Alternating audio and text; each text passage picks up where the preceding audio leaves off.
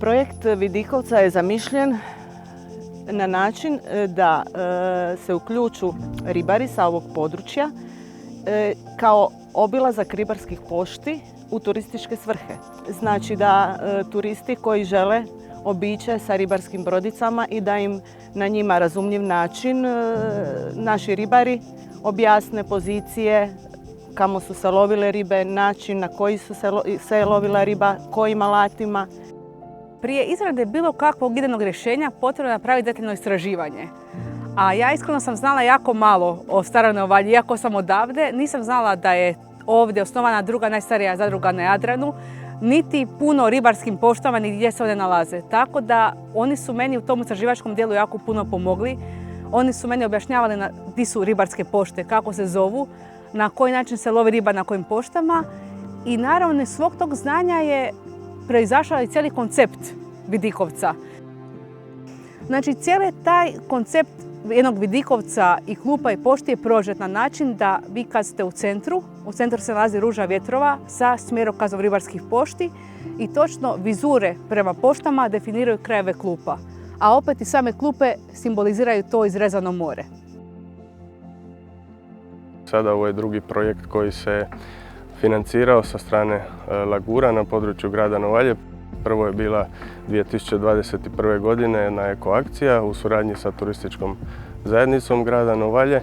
Ovo je drugi projekt, imamo još jedan projekt koji je u najavi, tako da evo, imamo puno tih stvari koje želimo i oteti zaboravu, a koje su nama i gradu bitne za očuvanje ribarske tradicije, da se kroz europska sredstva i suradnju sa Lagurom ti projekti mogu realizirati.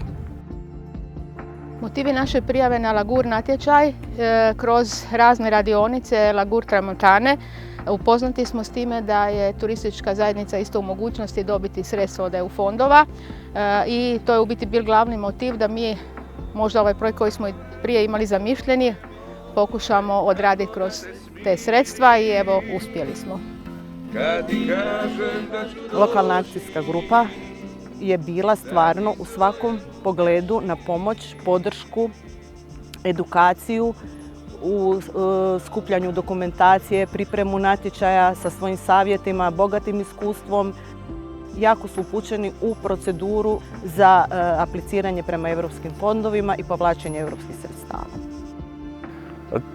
Ribarski sektor je svakako bitan kao sektor koji je kroz godine prehranjivao generacije naših ljudi, a onda kroz turizam možemo kroz gastronomiju prikazati taj dio koji se odnosi na more, na ribolov, na našu tradiciju gastronomije, kako se živi i radi uz more, ali i hrani. Ja bih rekla da je najveća vrijednost ovoga jedan spomenik ribarskoj tradiciji. Znači, nedavno, pri 20. stoljeću, Stara Novalja je bila izrazito ribarsko naselje. Tu su se svi bavili ribarstvom, znači i selo je od toga živjelo. Danas je to samo nekolicina. I mislim da je taj Vidikovac spomenik mjestu Stara Novalja kao ribarskom mjestu i toj tradiciji i načinu života nekadašnjem.